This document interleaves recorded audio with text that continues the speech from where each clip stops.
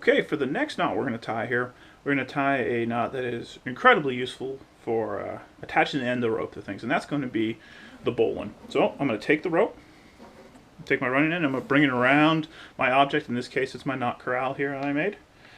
All right, so as I look at it, I have the running end in my left hand and the standing end in my right. I'm going to take my right hand and palm down, thumb facing my body. There should be only one way I can turn my wrist, and I'm going to start the car. What I've done is, as you can see, I've created a overhand loop, or underhand loop rather. Right? You see where the standing end is on top of the running end. So what I'm going to want to do here is reach through this loop, making sure it stays a loop, and pull a bight up through. And again, making sure this stays a bight with the standing end facing my body.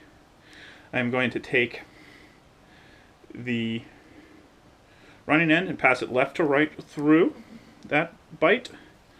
Pull some slack through. Just going to lightly pinch, and then I'm going to pull the standing end. And that's going to cause the knot to dress down, with the running end exiting on the inside of the fixed loop here.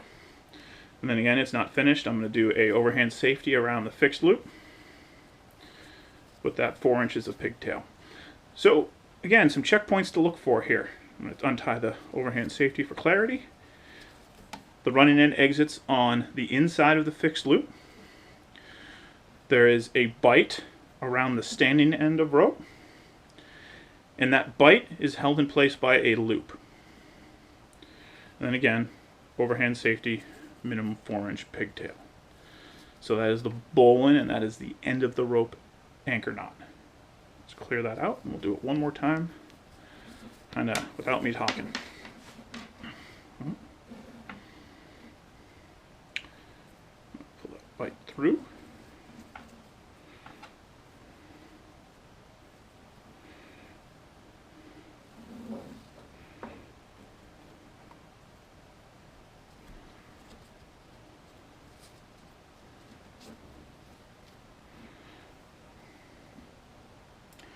And that is the bowline, an end of the rope anchor knot.